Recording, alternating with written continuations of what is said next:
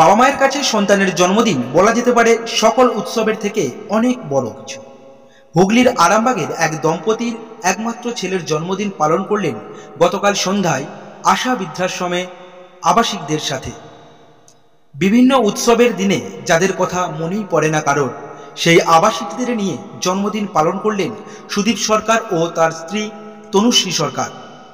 তাদের একমাত্র ছেলের সাহিত্যের জন্মদিনে বৃদ্ধাশ্রমের আবাসিকদের সহ পরিবারের সদস্য এবং তাদের বন্ধুবান্ধবদের উপস্থিতি নিয়েই শুক্রবার সন্ধ্যায় পালন করলেন ছেলের জন্মদিন।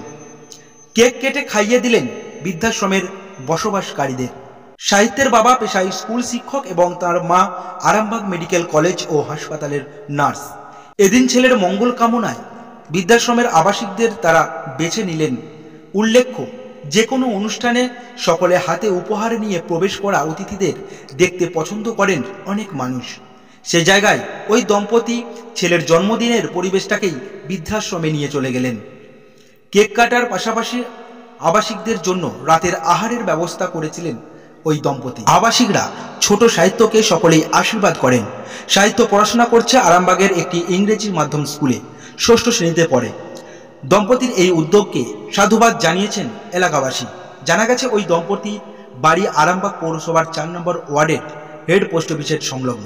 এটাও বলা যেতে পারে বছরের বেশিরভাগ সময়ই ওই দম্পতি মানুষের পাশে গিয়ে দাঁড়ায়। জন্মদিন প্রসঙ্গে কি জানাচ্ছেন সাহিত্যের বাবা মা এবং তার সাথে বৃদ্ধাশ্রমের আবাসিকরা, তাদের মুখ থেকেই বিস্তারিত শুনুন।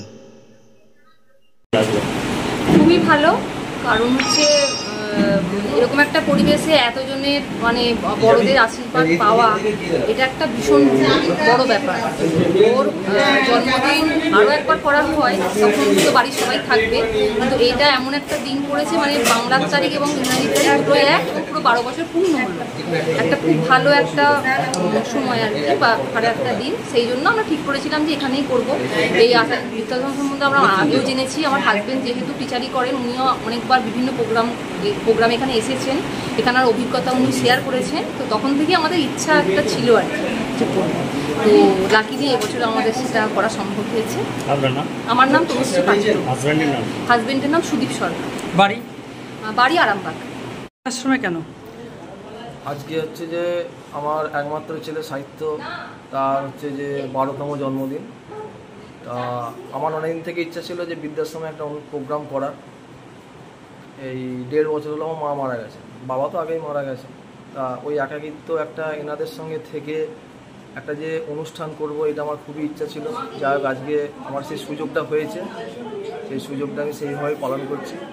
তা এই শুধু এই জন্মদিনটা করার জন্য আমাকে অনেকেই সহযোগিতা করেছেন, তার মধ্যে অলোকদা হচ্ছে যে মেন, তার সঙ্গে আমাদের ফ্যামিলির লোকেরাও আছে।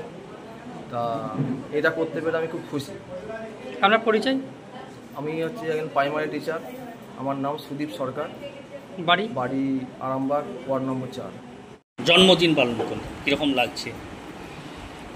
আমরা তো মোটামুটি একাই থাকি, সেখানে এরকম ছোটোখাটো অনুষ্ঠান, সে বাচ্চার জন্মদিন হোক, যে কোনো অনুষ্ঠানই হোক, এগুলো অন্তত আমাদের একসঙ্গে করে একবার, ভালোই লাগে। মানে জীবনে একটা অন্যরকম পাই এই আর কি, ছোটোবেলার দিনগুলো ফিরে আসে। এই কেক কাটা একসঙ্গে, কেক কাটা এবং আমরাও আমাদের ছেলেমেয়েদের জন্য নিশ্চয়ই কেক কেটেছি, এখন এদের জন্যও কাটছি। এখন কোনো প্রত্যেকেরই নিজস্ব কারণে তাকে বৃদ্ধাশ্রমে এসে থাকতে হয়েছে, প্রত্যেকেরই পিছনে কোনো না কোনো আছে, ইতিহাস আছে। যাই হোক, এখানে এসে সেই পুরোনো স্মৃতিগুলোই মনে আবার জেগে ওঠে। আর কি। আপনার নাম? আমার নাম অশোক কুমার রাহা। অশোক কুমার রায়।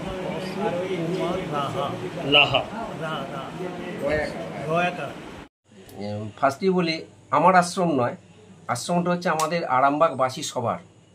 আমি সেভাবেই মনে করি যে সহযোগিতাও আরামবাগবাসী সবাই সহযোগিতা করেন। এই সুদীপ সরকার, ওনারা মানে কার্যবশত আরামবাগে আছেন দীর্ঘ কয়েক বছর, ওনার বাবার আমল থেকে, কিন্তু ওনার নিজ বাড়ি হচ্ছে আমার গ্রামেতে, আমার পাশেই যে ওনার বাড়ি, ওকে আমি ভালোভাবেই চিনি। সুদীপ সরকার মাস্টারমশাই, মাস্টারি পেয়েছে প্রাইমারি স্কুল। ওনার স্ত্রী হচ্ছে আমাদের মেডিকেল কলেজের নার্স।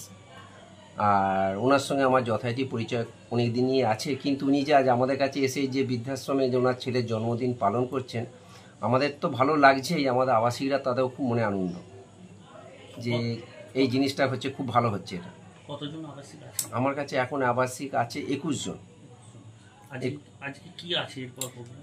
আজকে এরপর প্রোগ্রাম আছে, কেক কাটা হলো, এরপর আজকে আমাদের খাওয়া দাওয়ার প্রোগ্রাম আছে, উনি খরচাটা উনিই করছেন।